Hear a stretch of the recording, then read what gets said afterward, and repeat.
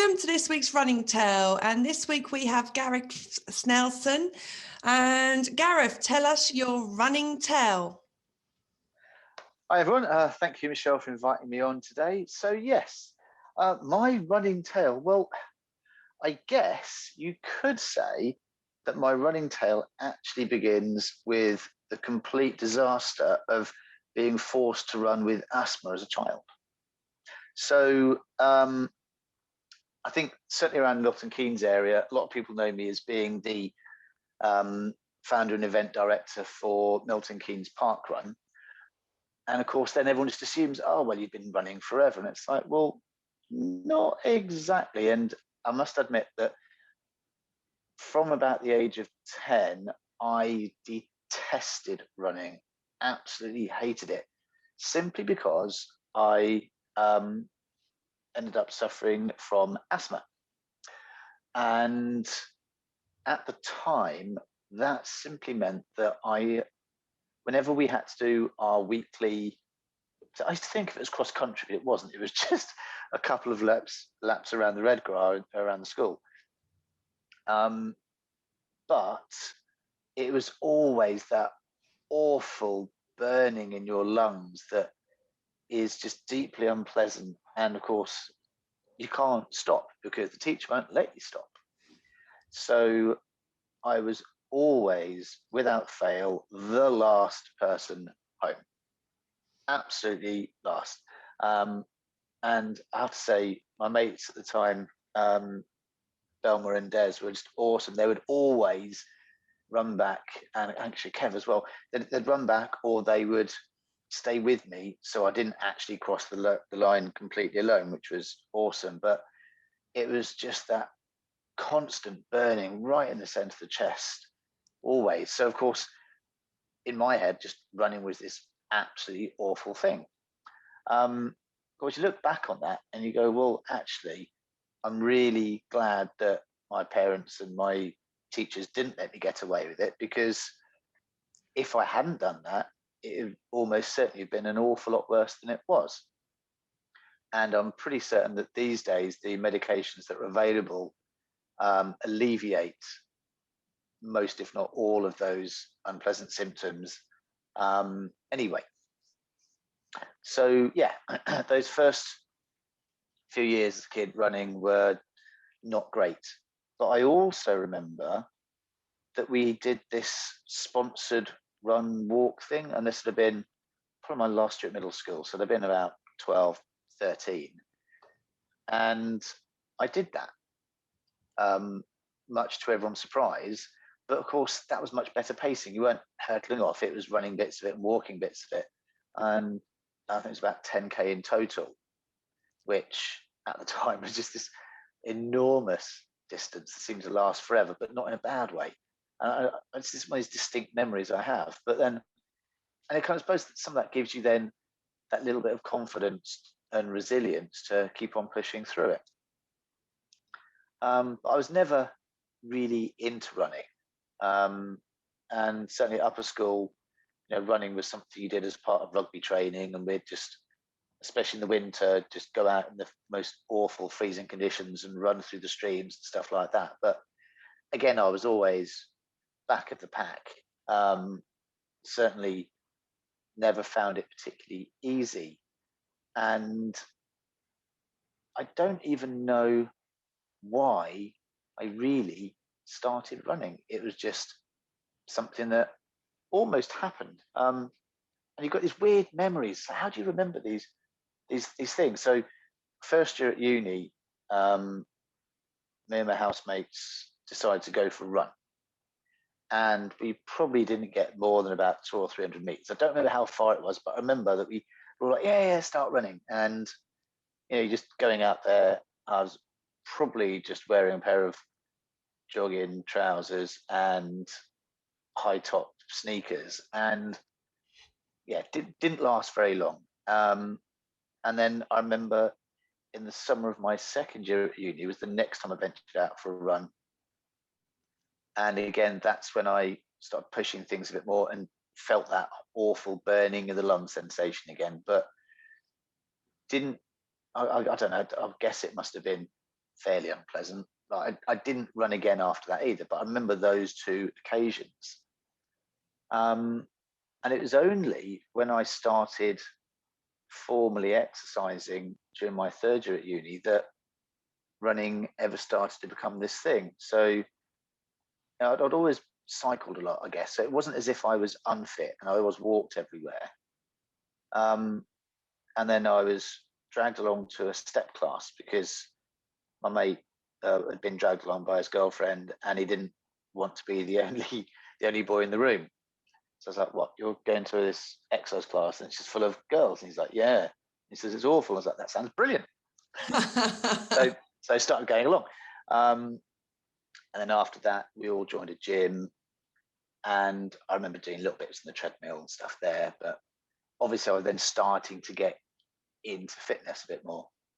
So it's only when I returned to uni for my final year, which had been, 93, that I started running. And I used to run right across the centre of Nottingham, out to the Trent, around the city ground, around Trent Bridge, and then back again. And that kind of became like a route I would then do a couple of times a week. And whether that was because I was getting a bit older or the asthma was better controlled or anything like that, but I remember I didn't used to suffer with my lungs in the same way anymore. Of course, a lot of that would then be the better physiological response I was getting from my general fitness and all the weights I was lifting, stuff like that too. The only thing I struggled with then was shin splints. And that was more of a general thing of you'd kind of start getting that gradual build up of the aching down the front of the lower leg, and then I'd have to walk it out for a bit, and then it would ease off, and then I'd start running again, it would gradually build up, and then have to walk it out again. But of course, over that period of weeks and months, that then eased off and never came back again after that. And that's when I formally would have started running. So I'd have been early 20s. God, it seems like a long time ago now, doesn't it? And yeah, I used to run a couple of times a week. And then when I moved back home after uni, I just stuck with doing the gym stuff all the time. So I'd run on the treadmills, didn't really go out running around much, probably for another year or so. And then I started kind of running out and doing long runs out into the countryside, so right on the edge of town. So it was just easy enough to get out and explore what were fairly quiet country roads. I was probably knocking out distances of 10 plus K 2 or 3 times a week. And eventually then decided to, I was coerced into joining the running club. And the name was completely gone out of my mind. Bedford Running Club, not Bedford County, the other one. Can't think of it now. Bedford's AC or something like that. But anyway. Yeah, so, no, you've got two, because you've got Bedford and County was like the serious one, and then you've got the other one, Harriers, Bedford Harriers, that's it. So started running with them, getting some coaching from them, and it was only then. At this point, then your asthma was still. The older you're getting, the asthma you wasn't getting that burning sensation. No, not that I ever remember getting. I mean, my asthma now is far better controlled than it's ever been, but I've never really struggled. I've never, apart from when I was 10, I've never been hospitalised with it, and it's certainly medication seems to control it pretty much all the time now. So I never, obviously I'd be out of breath when I was running, but I never felt as if the asthma was holding me back at all. Never. I never used that as an excuse or anything. And maybe I just fortunate, or maybe I was sensible and warmed up plenty beforehand. I don't really remember. So back in those days when I started taking the running seriously, and we'd kind of go off on training sessions and do greater distances and enter races, that would have been like your old school traditional race distances of 5 miles, 10Ks and 10 milers, all around the sort of the town, or mainly around the villages and the outskirts, kind of around North Mid Bedfordshire. So it's always nice exploring all the villages around there. And of course, you'd enter a race, and then you'd eventually get your results in the post about 2 weeks later. So Oh, you'd wow. kind of We know are roughly talking a where you few were, but years back then. yeah, oh yeah, absolutely. So yeah, in the mid late 90s, it was all done manually. Everything was recorded manually. I mean, yeah, always. Even things like the Bedford Half. When I first ran that, I'm absolutely. So I remember there's people standing there with clipboards, taking down all the positions of people. It wouldn't really be that far different to how things started off when as parkrun got busier before it was all done electronically. Really, And just the matching up so, of databases, but all completely manually. Yeah. so just for those that have never experienced it, I know this from my dad. You were saying about waiting for those results. What were those feelings like? You'll do your distance you've done, and then you'd have to wait, especially if you was someone that monitored your time. Yeah, because I was never at the front. I was always competing against myself, and rather than against any particular other person. So it was just nice to have that confirmation because, I ran with my watch, which is a proper analog watch. It's got a stopwatch function on it. So now, and it was kind of, you'd always do that mental maths in your head. So, you'd know every time you hit a mile mark. I must have been fairly in tune with my pacings because I knew when mile markers weren't in the right places. Because you get a good feeling what your pace was. You're like, there's no way that mile's come up at that point. That's just not right at all. Yeah. And running what seemed really fast. I think I'd got my 10 mile. I did that one Boxing Day or New Year's Day. I don't remember, but I know it was bright blue sky, freezing cold, but in a nice way, and doing this 10 miler in 69 or something. I've been aiming for sub 70, and I was like really pleased with that. I thought I'm never going to run that fast ever again. And I didn't run that fast again for quite some time, really. Yeah. So yeah, it always, running was something I always did then.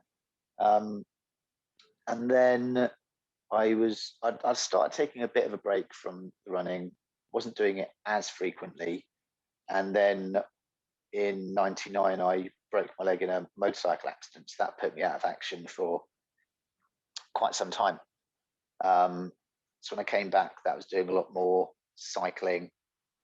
Things were a lot stressful, then getting back into the gym again.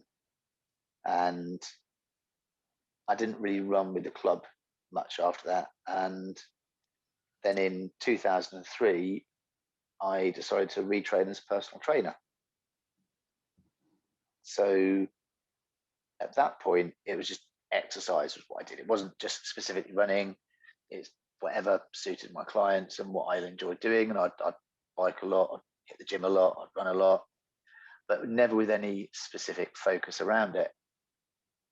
And then started taking the running more seriously again once I'd qualified as a PT. I wasn't a member of a club or anything. I just moved to Milton Keynes. I didn't put the effort into trying to find a running club. I wasn't really aware of anything other than Marshall's. So the running was just what I did by myself. And I liked doing the adventure racing stuff. So, I'd get a few of the clients to the gym and we'd all train up and do things like the Nettle Warrior. What was that one? That was the original adventure racing in the UK. Tough Guy, that's it. So we did the Summer one, the Nettle Warrior one. And then enjoyed that. So then started entering all these other races that were around sites that were used for military testing and stuff. So there's lots of ups and downs and mud to crawl through and all this is the very early obstacle racing stuff. So it's much more about challenging terrain and less about made up obstacles, really.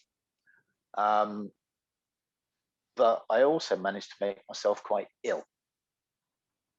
So in those days, it's kind of learning more about your own body and what you can take. And what I found is that I started getting these repetitive chest infections. So I'd do all this exercise, build it all up. And I think I'd entered this series of 3 or 4 different races, did the first one, but then between the first and the second, got this chest infection, couldn't do the next one, and then kept pushing. And every time I kept pushing to try and get my fitness back up quickly, of course, it then take another step back. So I never actually completed the rest of those races at all. And a lot of that was just this learning process of realizing that exercise shouldn't ever have to be really hard work. And you've got to, yes, you do need to gradually stress your body to get the fitness improvements, but constantly pushing and pushing and pushing and never not eating right, not resting right, can be extremely detrimental to your health. Yes. So at that point, the next race I entered was my first ever marathon. And where was that? This was the South Downs Marathon. So I didn't really go in for an easy one to start with. I was going to say, up, down, yeah, up, down. Very up and down. So I did as much of my training as possible on hills. A lot of the time be running out towards the parent-in-laws and getting picked up halfway, stuff like that. So I have to not always ask, doing the same sort of course. and I can say this because I'm a Milton Keynes original. Where are the hills in Milton Keynes? Where did you do your hill training? And no jokes there's about roundabouts, please. Yes. No, it's a lot of it just heading out towards Oxfordshire, Buckinghamshire border, so out towards Tame that way. But the thing is that my side of Milton Keynes isn't flat. So from where we are, right on the outskirts on the west side, doesn't matter where I run, I've always got to climb to finish. Oh, that's good. So and if you just go out to Wadden, you've got two enormous hills there. So yes, they're on the road, so it's not ideal sometimes. But yeah, there's plenty of hills around this side of the town. But yeah, I'd run out in that direction, so it's a lot more hilly, a lot more up and down. But of course, I was just really focused on pacing, and I'd taken all this advice about drinking ludicrous amounts of water and taking like 3 gels an hour and all this stuff. And I practiced all of this during all of my training. And sometimes I'd do loops, so I'd, rather than carrying ridiculous amount of stuff with me, I'd then loop back past the house. Yeah. You're like a naked runner. You don't like holding anything. No. Holding stuff's a nightmare. It just throws you off balance. It really does. Agree. These days, with the technology in the backpacks and stuff, they're so much more comfortable than they used to be. So I do tend to run the backpack now, but that's more just to carry my phone more than anything else. But it's a lot more convenient for carrying liquids as well. So this would have been 2008, because Jan was pregnant at the time. So yeah, went off, did the South Downs Marathon. I made a little mistake at the start, which was I discovered there was this drink you could get, like pre-bottled one, and it was a lemon one with a little bit of salt in it, but it also contained protein, and that one worked really well for me. It didn't give me the gastrointestinal stress that I got from other drinks. I was okay with some of the SIS gels, but this drink wasn't necessarily, I can't remember who it was. It's not available anymore anyway. However, I left the 2 bottles of that I brought with me in my sister's fridge when we went up to the start, because they live not far from where the start was. So did that, and then I'd got, I don't know, I must have probably had like 10 or 12 gels with me. It was ludicrous, all attached to these belts. And it was June. It was very muggy. I'd done a lot of my training. It'd been quite nice weather, but on the day it was about 20 degrees. But it'd been raining the 2 days prior to that, and then it was bright sunshine. So really, really muggy, and I was concerned about sunburn as well. So I'd got lycra undershorts on. So and then I've got compression socks on as well. So the only bit of skin exposed to my legs was around the knees. And I've got a cap on and all this sort of stuff. So I was certainly had issues with overheating. I was trying to take it nice and easy. I'd got my plan. I knew what I was doing. The Garmin was there guiding me on the pacings. But I got overconfident after that 10 miles. And it was only then that you hit the first big gap in the escarpment, where we dropped down this really steep farm track, crossed over a road, and then back up the other side. So I belted down this bit, because it was really good fun. It was, with all the heavy rains, it was kind of all carved out. So it was very, very technical. Hurtled down that, got to the bottom, tried to run up the other side, and just massively overheated. So by the time I'd got to the top, which should have been around about mile 15, I was out of it completely. Explain the symptoms. How were you feeling for those that are new to running and haven't experienced it? So this was just, it wasn't like you were completely exhausted. It was just that you know, I could see my heart rate wasn't coming down at all. I just felt really, really hot and a little bit sick. Yeah. So I think I laid down in the shade for a couple of minutes, and I was like, I'm going to keep on moving. So it never occurred to me that I could stop. Now I was like, well, I'm going to keep on going. So I soon realised after that my plans for timing of, I think it was a 3:45 I was aiming for, something like that. It just wasn't going to happen. And it was only then that, because I'd been expecting it all to be quite smooth, chalk, nice and easy to run on. But actually, it's very, very rocky. It's not smooth pathways. And there's some bits that are you just climbing up a hill that's just loose stone. So it's really tough. On the ankles, yeah. Yeah, the whole thing was just hard. And then, you know, I was expecting to see Jan and a sister and brother-in-law at certain points, because I knew where I was at the timings, and I didn't see them once, because, you know, they thought, oh, they must have missed me and I was already gone past and I hadn't yet, or vice versa. And around about 20-mile mark, I came across this chap, blood spouting out of his head. He'd taken a tumble just on the trail, no reason, just other than fatigue. So of course, then I had no idea where the next marshal was going to be. So I ran almost a mile back to the previous marshal to get assistance for him. Came back again, and a short while later, just about to cross the road, there was a little bit where the pathway jinked off left and then right, and I stumbled over a tree, went smacked into the floor, knee covered in blood, arm covered in blood. But it was kind of this whole adrenaline. Oh, and then there's that point that I was supposed to be meeting them again as well, or supposed to be seeing them. And I think we think on our timings they'd left about a minute earlier. Oh no. So, you know, those last 5-6 miles were just really emotional. I was in tears for a lot of it. I was certainly suffering with heat exhaustion and a touch of hyponatremia as well, because I drank so much. Because, you know, I said, you know, you've got to take these gels every 20 minutes. And you've got to have half a litre of water every single one. No, not that much, but some amount.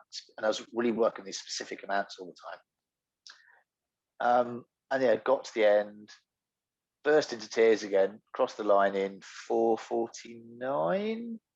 I think that's right. Your first marathon, that's brilliant. And all I wanted was a cup of tea. Yes, I'm like that now after every marathon. I was like, have a cup of really tea. hot cup of tea. That's all I wanted. And I was just distraught, really. So yeah, it's a very emotional time, that one.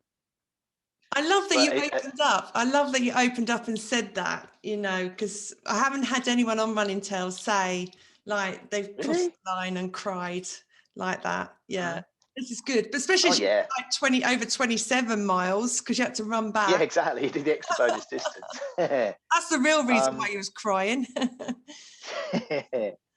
So yeah, I've still got unfinished business with that marathon. I'm going to have to go back and do that one again.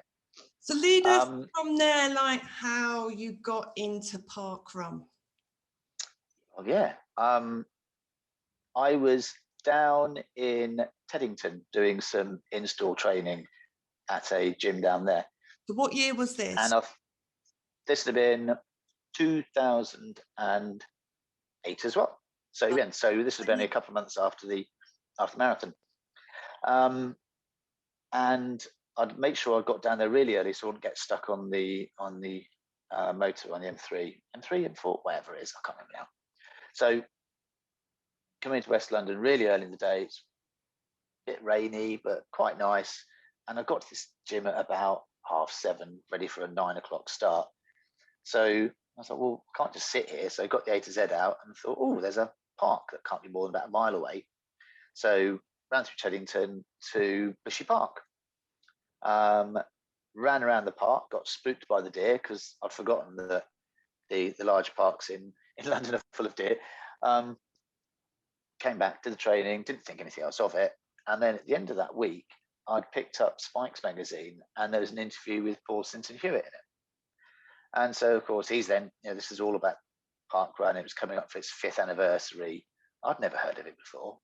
I thought, oh, that's where I ran this week. So, of course, that kind of got me intrigued. I had a look at the website, registered for my barcode, ordered my t-shirt, because they're doing these like special 5th anniversary t-shirts. Still got that. Brilliant. Love that t-shirt. And in looking at the website, you could see you kind of got these runs around London and the South Coast. And then you've got Leeds and Manchester. And then off to the west, you've got Cardiff. And to the east, you've got Gorleston Cliffs. And there was nothing inside that diamond at all. Of course, slap bang in the middle of that is Milton Keynes. Yeah. So I thought this would be an awesome way of me getting to meet more runners and be able to do something for the health and fitness of Milton Keynes. Because, not everyone can afford or thinks they need personal training, but this way I can help an awful lot more people. And at the same time, hey, great, I can actually get to meet other runners, and it won't be so much dull, boring running because I'm not by myself all the time. So I rang them up and said, I'd love to start a parkrun. They're all awesome. And we started chatting, and they're like, well, so how long have you been parkrunning for? I was like, I've never done one. So they're like, maybe you want to give it a try first, just to make sure. Okay. This had been the October, so this was the weekend of the 5th anniversary. So the 2 nearest to me were Bushy and Black Park. So I thought maybe I don't really want to be going somewhere where there could be 500 people. That's going to be terrifying and put me off. Okay. So went to Black Park and absolutely loved it. I had a fantastic time. I did like 22:37, I think my time was, and it was utterly exhausting. Really hard work all the way through, because I've never really, for many years, done such intensity of a relatively short distance. 5K is really, I think, a much harder work than a marathon, because it is constant right from the start. You've got to push if you want a time, or you're not going to get it. So went back the next week and volunteered for them, and that would have been, so for anyone that's done parkrun before, these days it's all just, you get your phone out and then your barcode scanned, and that's pretty much all you ever notice from it. So in those days, and they've still got the same time as broke events, they've got this really cool tag timer, but then you would just queue up. You'd have a little metal disc, queue up, ready to go to the laptop, and they would then ask you for your barcode number. So they'd type the barcode into this Access database, which is, you'd upload the latest version on a Friday night. So they'd search for the athlete, and then they'd type in your position. And then, of course, it's only when they got home and got connection to the internet, they could then upload all of that, and the results would come through. So yeah, helped out searching for the athletes and putting all their details in. And then rang up Parkrun again and said, yep, definitely want to do this. When can we start? So they came up to Milton Keynes, we had another chat, went through everything, how to find people to help me out. And I just asked all of my clients if they could help out, and then put messages up on notice boards on Fetch Everyone and Runner's World, and got all the help I needed just from doing that. And then we were supposed to be launching the second Saturday in January in 2000, and I'm out by a year, it had been 2010. So it's 2009 that I came across it, sorry, because it was just after Anya had been born. Yes, so just before we'd launched, the laptop would have crashed, do like blue screen of death. So Paul Sinton Hewitt himself had actually driven up on the Thursday night with a new laptop for me, and we'd met properly and had a good chat. And he was like, oh, you've got this like tiny little kid here, and you're taking on all of this. I was like, yeah, it'd be fine. It's really, I think if I'd realised at the time how much it would take over at times, then it would have probably put me off from ever doing it. Obviously, I'm so glad I did. But there's been a lot of times you think, oh, why am I doing this? So 2nd January in 2009 is when it's supposed to have launched, and that's when we had a massive dump of snow. So we decided to push it back a week, because the course, you could have run it if you were confident running in snow, but it was really thick snow. And our biggest concern was the fact that the car park wouldn't be usable and the roads would have been treacherous. So delayed it a week, and then us and Newcastle launched at the same time. So we were runs 24 and 25. Okay. And how many did you have on your very first park run at Milton Keynes? 49, I think it was. Oh, wow. Big difference to the Yeah. figures before COVID. Just a little bit, yeah. And of course, I was terrified that there wouldn't be enough volunteers turn up, let alone the runners. So, so getting the runners there, the volunteers there initially was, oh, thank goodness for that, right, okay. And then, having that many runners, and that first one was actually the smallest number we've ever had. So, yeah, and it's all just taken off from that. Over that first year, our average was 99. And By the end of, if I can ask, what type of runners was you getting? Those from the running clubs, which I would say are the elite, worried about time, thinking this is a great place to record my times and improve for races? Or was you getting what you do get up until pre-COVID, all levels? it was entirely just runners.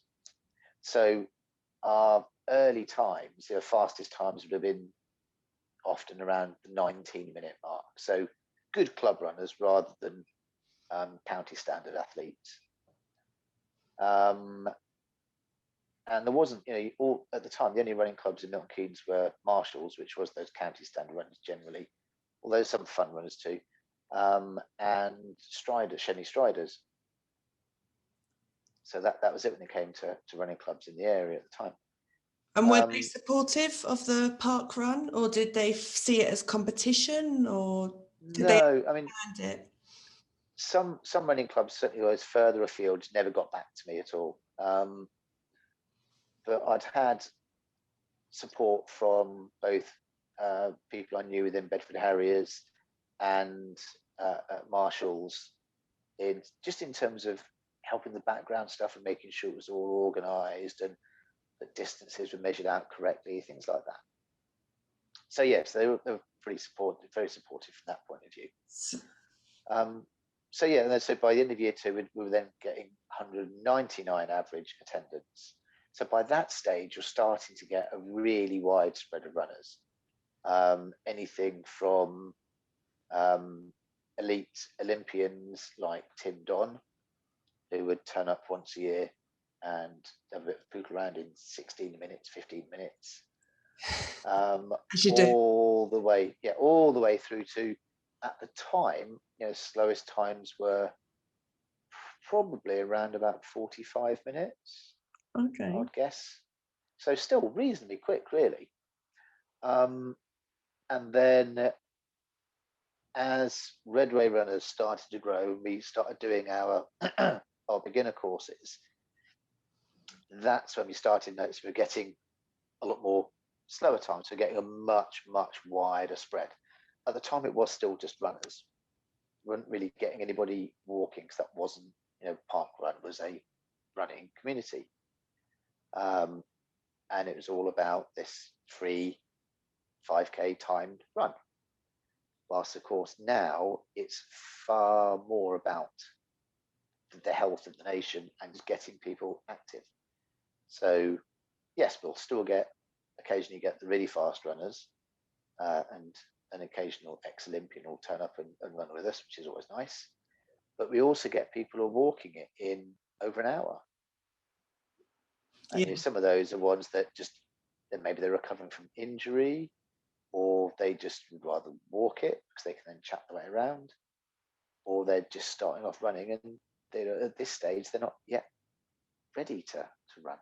But for you, how do you feel from someone that never done a park run to suddenly setting one up and then seeing, you know, the amount that was turning up each week before COVID hit, it will, you know, the numbers will be large again post-COVID. You know, that you have started something that have made so many people in Milton Keynes think about their health and get fit and do something and have a place to go.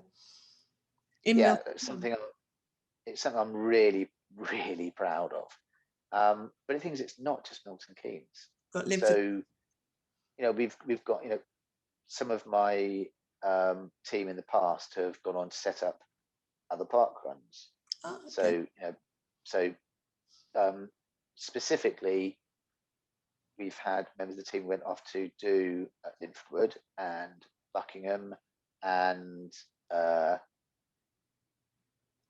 know you've got someone at Salsey, Daventry, I think it is. Salsey Forest, you've got someone helping there. And then, and then we've had, you know, then other park runners who weren't necessarily part of the team itself that would generally organise each week, but have gone off and done. Definitely did. So yes, a Salsey and Tring and Bedford, and oh god, it's completely open my mind. The just south between Milton Keynes and Leighton Buzzard. Rushmere, thank you. With the great bong. I love Rushmere. Yeah, that's it. Yeah, beautiful park run. It's a great little course, that one is. So yeah, so all of those have directly come from Milton Keynes. They're the ones that I'm aware of, but you know, I don't know whether places like Northampton and Luton and some of the Oxford ones maybe originally started travelling to Milton Keynes and then did ones more locally. So I don't know. I've never. Tell us a bit about Milton Keynes. You've, like you said, you have had some Olympians. You've had the Olympian jumper. I can't think of his name right now, but you've got a statue. Yes, Greg Rutherford. That's it, Greg Rutherford. You know, to have people like that, do you notice the attendance goes up when he turns up? No, because we don't shout about, you know, normally if someone's going to turn up, we wouldn't know in advance anyway. And so I think when Greg did it, we were kind of promoting there was a general health drive that weekend anyway. Yeah, we had Ellie Robinson at Northampton. That's it. So, you know, we knew that certain parkruns were going to get Olympians, but we didn't, I don't think we announced it in advance because you're never quite sure if they will turn up or not. But no, it's just, you know, when you think about the numbers now, when we did our 10th anniversary, just a month or so before lockdown started, when it was just this enormous number, was it 1,200, something like that? It's such a big number, I can't remember what it was. It's certainly well over 1,000. I think we've passed the 1,000 mark about 3 times now. But when you think you are one of the biggest, aren't you? You are. We have, yeah. I mean, when we did it, I think we were the 3rd biggest or 2nd biggest. I think it was only Bushy, and then we had like 2 more than Cardiff or something like that. But on average, when parkrun was active, like where was you in? Was you in the top 10 as being the largest every week? Or? Yeah, most weeks would be top 10. Yeah, because Northampton we were averaging 550, 600. Yeah. And I know you were higher than that. That's it. And you know, we're kind of fortunate that although the course can be a little bit narrow at the start, and there's narrow sections later on, by then everyone's spread out quite a lot. So the course itself certainly suits quite large numbers, if maybe not that large every single week, just because that does mean then you're having to kind of extend beyond the realms of just the pathway, which if that was every single week would be far too much damage to the grounds around Willen Lake. But yeah, the way it's worked out, it all seems to work out quite nicely for numbers, really. And with Milton Keynes, have you focused on diversity? That's something we've been very aware of, and it was a question I actually asked on a national call we had last year about, are there any specific promotions that are going to be going ahead? Because you know, when you look at the breakdown of ethnicity across Milton Keynes, my memory serves me right, it's about 15% of the population of the city classed as being of an ethnic minority. But when when you pay attention to, and you have to make some assumptions, of course, when you seeing people running around, but you would say that the percentage of our runners is probably no more than 3 to 5%. So, and it's certainly more obvious with some groups who perhaps are a little bit more averse to running in large groups.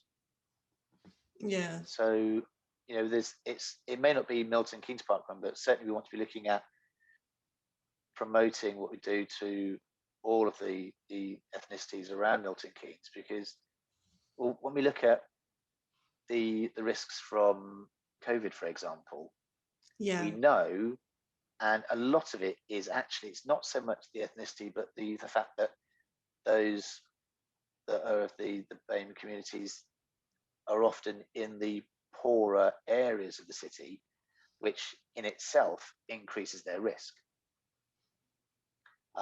They may find they've got less access to fitness facilities as well. So that again increases their risk.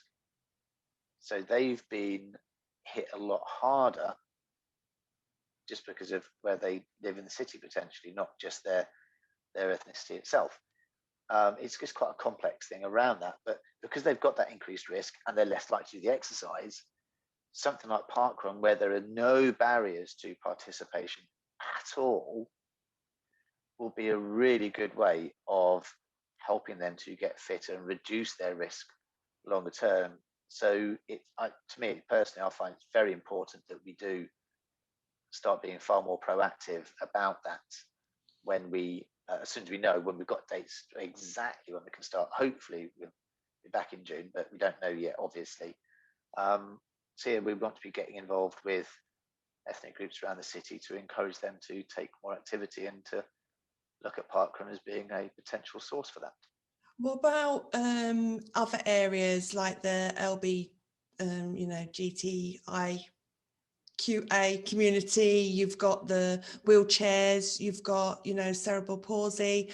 In Northampton, we've been focused on the wheelchairs, deaf, visually impaired. And we went active with 5K Your Way, encouraging those with cancer the last Saturday of every month. Is Milton Keynes part of 5K Your Way, or looking into expanding to those sort of areas? I've never even heard of 5K Your Way, actually, so I can't answer on that one. We've had 3 of the local surgeries have taken part, or were taking part in the parkrun practices. So we were getting referrals so they would then send some of their patients our way for that.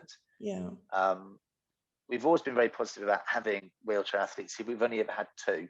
Is your course suitable for wheelchairs, in case there's a wheelchair listener? Usually. It is just about. So what we have is it's quite a steep climb at the start, and then it's quite bumpy as you're going along the pathway along the side of the canal. But there is enough width, and it's possible enough. It's probably the most demanding bit would be the switchbacks of the zigzags. Yeah. But we do have plenty of prams, so the extra width from a wheelchair isn't an issue, except possibly if you're looking at the top end athletic wheelchairs of people like David Weir. I'm not quite sure if we'd have enough width on the corners of the switchbacks for that to actually be possible. But most people in a wheelchair, they could do it. It would be really hard it'd be tough at the start, and the zigzags would be a real challenge, but it is possible. Something like Northampton that's much wider and flatter would be more suitable, but it depends on what they're looking to do, doesn't it? Yeah. We do have blind athletes take part most weeks. Yeah. As for LGBT, then it's because a couple of our run directors, big part of my team, 2 of them are gay themselves. They've always been very supportive of our attempts with that. So we'll often, what we do normally do things like we'll celebrate Pride, for example, and encouraging. But again, they're less visual, so you wouldn't necessarily know that people are taking part. But we are a very inclusive community, and we encourage everybody to come along and take part. Brilliant. So let's talk about lockdown. Both, park runners, you're an event director, I'm a run director. We have seen from social media as well as in person, if we are fortunate to see other park runners, mental health is a big, and I'm seeing it more and more get worse as the time goes on. Share your thoughts, how you feel it's going to be when we come back. Do you feel there'll be a large attendance, or do you feel anxiety and mental health will prevent people coming back, especially in the first weeks, months of parkrun? Well, I would suspect that numbers might be down just a little bit from people who, certainly those that are more anxious. And overall, although we've seen that there is a reasonably large, not at all, it's an unacceptably small number of the population, but there does seem to be a lot more people out there walking and taking exercise. However, overall, the research shows that activity levels are down by 7%. Oh. So there'll be a lot of people who will be thinking they're either not fit enough or they're anxious about it. Obviously, anyone that's not anxious about it but thinks they're not fit enough, then I'd say humbug to them. They need to be coming out and just walking it and getting that community spirit. Yes. Because there's no excuses. If you're fit enough to walk 5K, you should be coming along and enjoying the sunshine and the fresh air and the community spirit that all comes with that. But yeah, overall, I think, although I suspect numbers will be down, we are planning around numbers being potentially 200% of what they were previously. So I would much rather plan for 2,500 runners and have 500 turn up than plan for 500 and have 2,500 turn up. Yeah, true. Yeah. So it's very much about planning big, and then if the numbers are down, they're down. It doesn't matter. And if people are nervous about it, can't say I blame them, not at all. But there's also a lot of people who just miss that human connection. I really miss just seeing people and the hugs, and even seeing people's hard now, actually can't see people's faces properly. So it's all of that. And I really want parkrun to be this thing that can help get the whole nation back on its feet again. Yeah. And the more people that realise it doesn't have to be a run, you can come along and walk, and it's just about being out in the open air, seeing people and taking part in something this important. I predict that we won't be shouting out for volunteers, because I believe everyone will want to volunteer because they'll just want to see everyone. And we've already got people booked in. We've got people booked in to volunteer already. Wow. So they're raring to go. You've got your stopwatches ready. So let's round off. Sorry. Well, I was going to say, I think it probably helps that we've continued to communicate online, and my team have been absolutely amazing, and they've arranged Zoom calls every single week, every single Saturday morning. So ever since that, we did, our last one was on the 14th, this Saturday. So it'll be this Saturday, good grief. So from the 21st of March onwards, we've had a Zoom call every single Saturday morning without fail. So, from that team perspective, we've got still got a lot of planning to go, but we've been planning a lot of how we're going to approach it all. That's going to really help to make it a far more smooth running, relaxing for us event that keeps up that really professional level too. So the Zoom calls, just explain, is that just someone going on there and saying, when you're ready to go, or are they there that people can go into the Zoom and chat and just talk parkrun? Well, it's just for us, the run directors. So it's basically having like an online team meeting every single weekend. And everyone else. But the thing is, sorry. And everyone else can just come in and listen. Well, no, just for the run directors. Oh, right, just for the run directors. So it's just an exclusive call just for us, the run directors. But it's all like that team building. So we know so much more about each other because we've spent so long. We're not have to worry about looking after the event as well. Just chat. Is you get to know people far more. So we're much tighter as a team, which is going to really help when it comes to the organisation, because it's going to be a lot more challenging as numbers do start to build up. And we've got to, I think it's helped us to take it or certainly for me to take it far more seriously in terms of how we approach it going forwards, to make sure that it does stay sustainable and really well organised.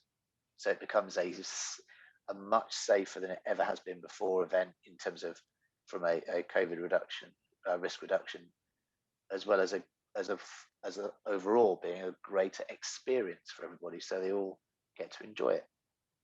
So if anyone's visiting as a tourist, Milton Keynes, I'll have to look you up.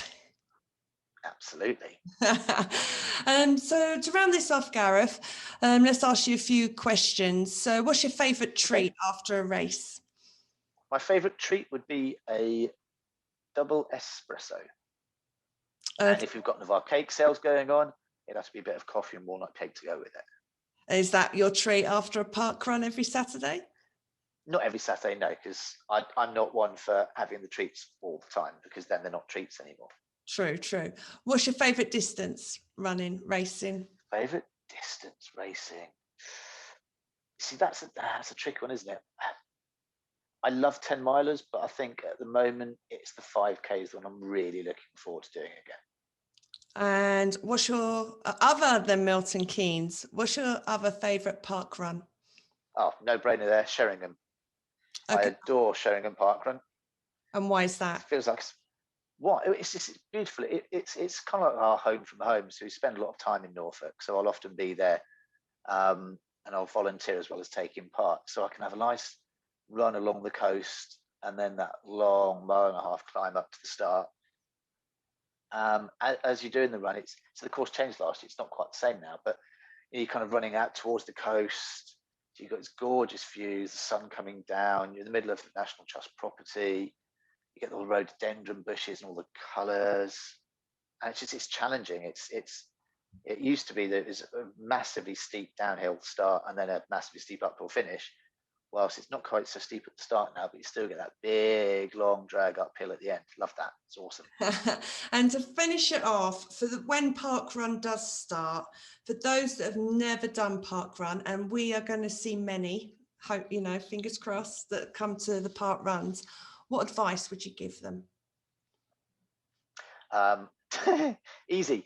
Don't forget your barcode. If you don't bring your barcode, you won't get a result. And there you've had it. Thank you, Gareth, for this week's Running Tell. Awesome. Thanks, Michelle. It's been really good fun.